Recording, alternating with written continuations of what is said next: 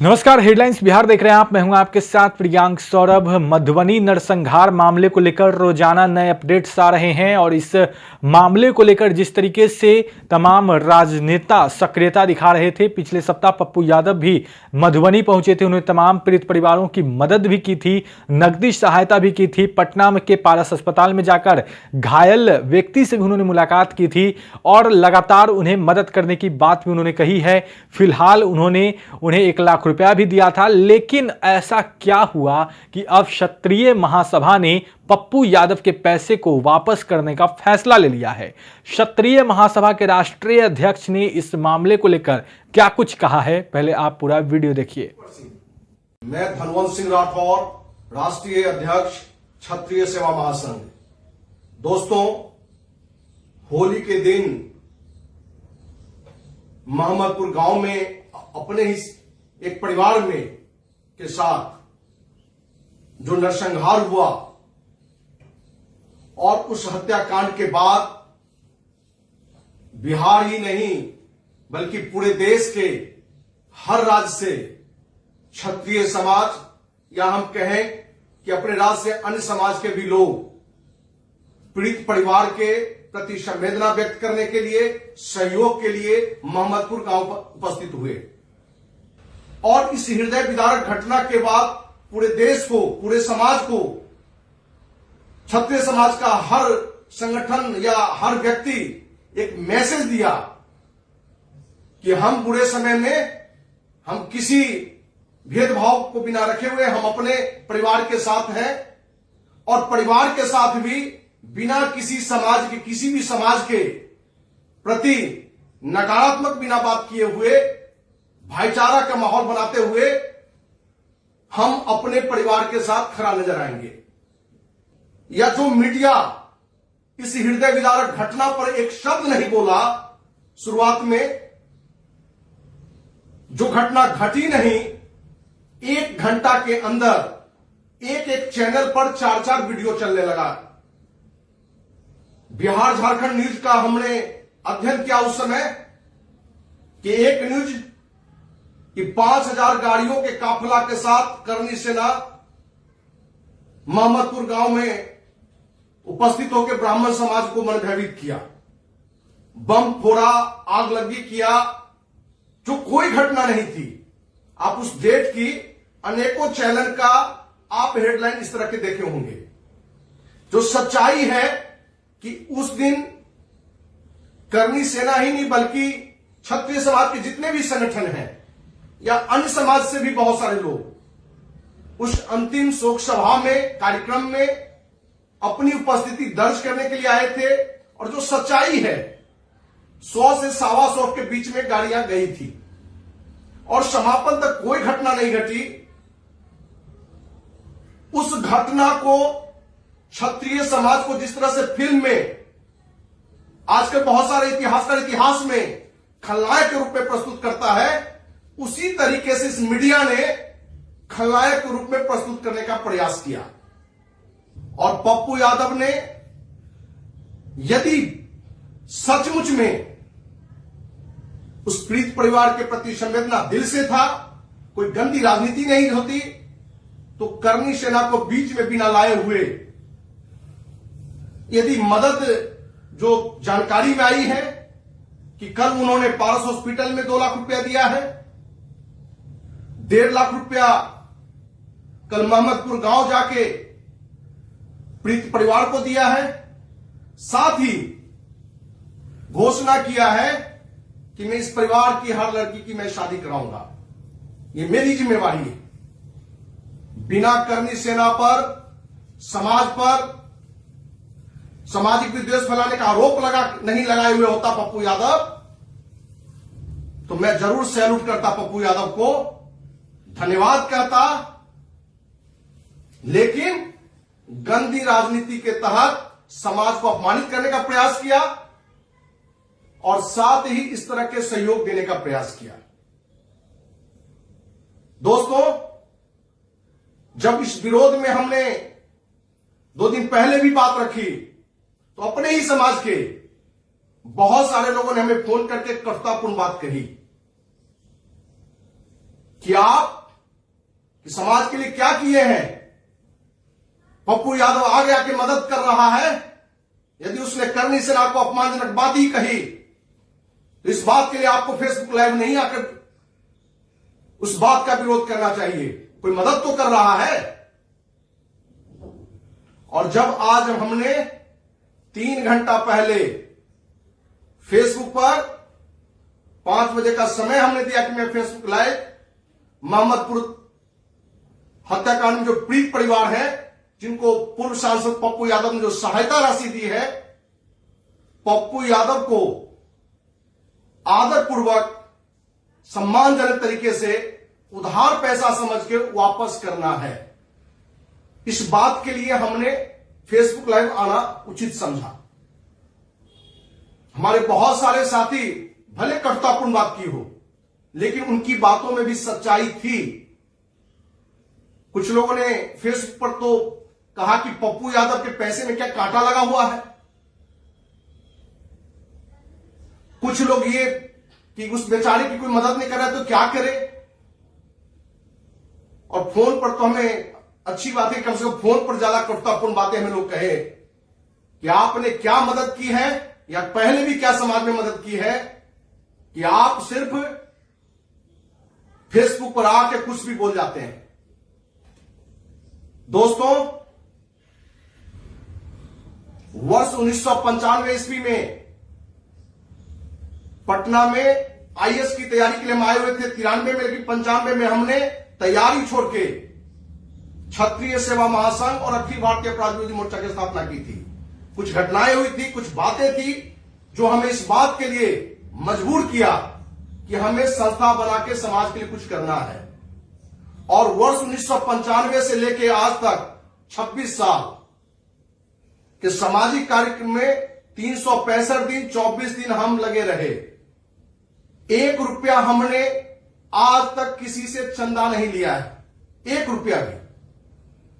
और समाज में जितनी हमारी क्षमता है, जितनी छोटी शक्ति है, अपने समाज के कुछ ही साथियों को लेकर जहां तक हुआ है हमने साथ दिए है।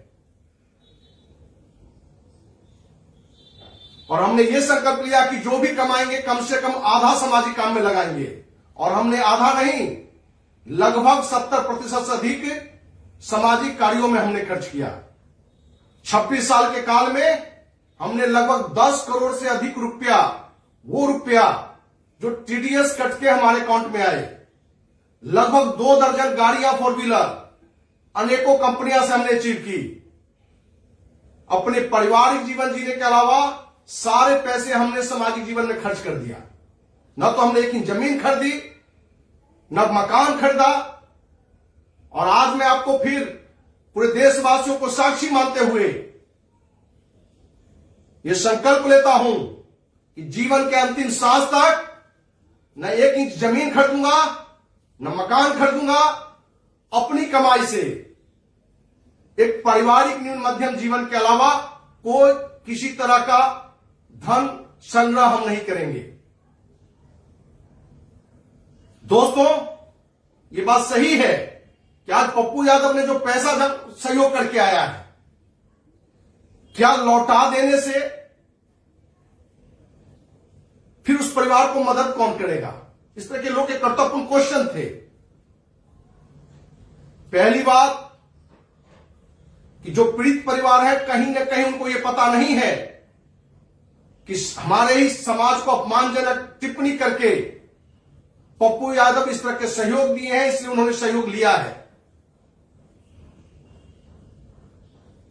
और इन सहयोग को उनको वापस हम सम्मानजनक तरीके से करेंगे। यदि वापस नहीं लेंगे तो उन पैसों को उनको जानकारी में देते हुए किसी अन्य गरीब को मदद कर दिया जाएगा। और मैं आपको यह विश्वास दिलाता हूं, संकल्प लेता हूं कि 2, 4, 5, 10 लाख रुपया नहीं, जब तक हमारे जो भाई मनोज सिंह पारस हॉस्पिटल में जीवन मृत्यु के खेल में फंसे हुए हैं, करोड़ों रुपया भी खर्च होगा तो समाज के घर घूम घूम के हम भीख मांगकर भी उनका इलाज कराएंगे। और अभी से तब तक हम अन्न ही नहीं जल भी नहीं ग्रहण करेंगे जब तक हमारा जो भाई मनोज सिंह पार्स हॉस्पिटल भर्ती है उसकी इलाज में जितना खर्च होगा उस पैसे की व्यवस्था हम नहीं कर लेते हैं। दोस्त, आपको यह जानकारी होगी कि अपराध और भ्रष्टाचार के खिलाफ लड़ाई लड़ने के लिए हमने yes human care private limited company बहुतों साथियों से कर्ज लेकर हमने बनाई है। आज भी हमारे पास पटना कार्यालय में, पटना ऑफिस में 50 लाख रुपए से अधिक का प्रोडक्ट है, आयुर्वेद हेल्थ केयर प्रोडक्ट। हम इस फेसबुक के आपको हाथ जोड़ के आग्रह करते हुए कि health care product yes human care का 40% छूट पर आपको मिलेगा। ये एक ऐसा प्रोडक्ट है जो स्वस्थ लोग हैं वो भी प्रोडक्ट ले सकते हैं, क्योंकि फूड सप्लीमेंट टाइप की प्रोडक्ट है। एलोवेरा, नोनी, एस्प्रिना, आयरन, कैल्शियम, इस टाइप के अनेकों 50-60 प्रोडक्ट अपने पास में है। एक तो 40% डिस्काउंट पर आपको प्रोडक्ट मिलेगा और ये जितने प्रोडक्ट के पैसे आएंगे ये 100% पैसे हमारा भाई जो पारस अस्पताल में भर्ती है वो पूरा पैसा उसके इलाज में सहयोग किया जाएगा। क्योंकि आज मेरे पास अकाउंट में पैसा नहीं है। मैं अपनी पत्नी का भी गहना पहले भी समाज के अनेक कामों में बंधक दिया है, आज भी मेरा गहना पत्नी का बंधक में। लेकिन हमारा कोई भाई हॉस्पिटल में आर्थिक कारण से यदि मरता है तो हम पूरे समाज के लिए कलंक की बात है। मैं तब तक एक बूंद पानी नहीं लूंगा जब तक पूरी खर्चा की व्यवस्था हम नहीं कर लेंगे। आपको जिनको लगता है कि हम प्रोडक्ट खरीद करके सहयोग कर सकते हैं, क्योंकि 40% डिस्काउंट पर ये प्रोडक्ट आपको मिलेंगे, मतलब इससे सस्ता प्रोडक्ट क्यों कहीं नहीं मिलेगा।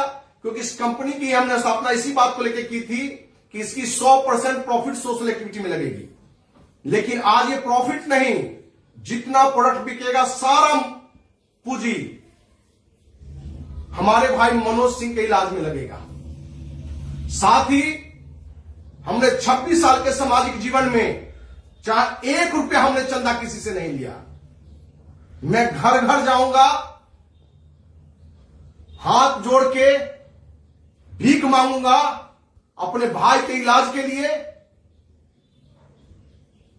तब तक भीख मांगूंगा जब तक उसके इलाज के लिए पैसा पर्याप्त नहीं हो जाएंगे। और पहले ही हमने कह दी थी कि 2-4-10 लाख नहीं, जितनी खर्च होंगी, जो एक डाटा वहां से हमें मिलेगा, उतने पैसे घर घर जाके व्यवस्था करने का हम प्रयास करेंगे। और अपने समाज को ये मैसेज हम देना चाहते हैं कि तब तक हम एक बूंद पानी भी अभी से ग्रहण नहीं करेंगे। और यहां से उठने के बाद इस अभियान में हम लग जाएंगे। मेरे पास 50 लाख से अधिक का प्रोडक्ट है।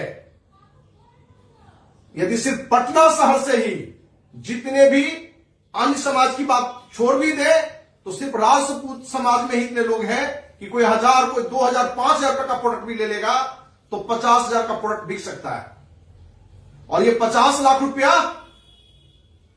हमारे भाई के इलाज में चला जाएगा। ये सच्चाई है कि आज मैं संघर्ष में हूं, आत्म संघर्ष में, लेकिन हमें इसकी परवाह नहीं है। क्योंकि हमारे कुछ भाइयों ने कहा कि सिर्फ फेसबुक लाइव पर आने से क्या उस व्यक्ति का इलाज हो जाएगा। कहना सही है, लेकिन दोस्त, मैं 50 साल उम्र पार कर चुका हूं, 51 साल हो चुका हूं, और जन्म से लेकर अभी तक जिस गांव से मैं हूं, हरसिंहपुर कोठी गांव समस्तीपुर, आप जाकर पता कर लेना, जब से होश संभाला हूं, गांव से लेके बिहार की राजधानी और देश की राजधानी, कहीं भी हमने कोई गलत कार्य नहीं किया। और अपनी मेहनत की सारी कमाई समाज में लगाया हमने, संचय हमने नहीं किया। जहां हमने एक रुपया चंदा नहीं लिया, लेकिन आज ये संकल्प हम आप सबों के साथ हम लिए हैं कि हम पूरे जीवन के अंतिम सांस तक न तो हम एक जमीन खरीदेंगे, न मकान खरीदेंगे, न किसी तरह का धन संचय नहीं करेंगे। और जो 26 साल हमने आज तक रुपया चंदा नहीं लिया, घर घर हम जाके हाथ जोड़ेंगे। तो आपने देखा किस तरीके से आरोप लगा है पप्पू यादव पर कि इन्होंने करनी सेना का अपमान किया है और ऐसे में उनका पैसा वापस करेंगे। अब बटर हेडलाइंस बिहार के साथ जो कुछ भी नए अपडेट्स आएंगे, तमाम अपडेट्स हेडलाइंस बिहार आप तक पहुंचा रहा है। अगर आपने अब तक हमारे चैनल को सब्सक्राइब नहीं किया है तो जल्द सब्सक्राइब कर ले। धन्यवाद।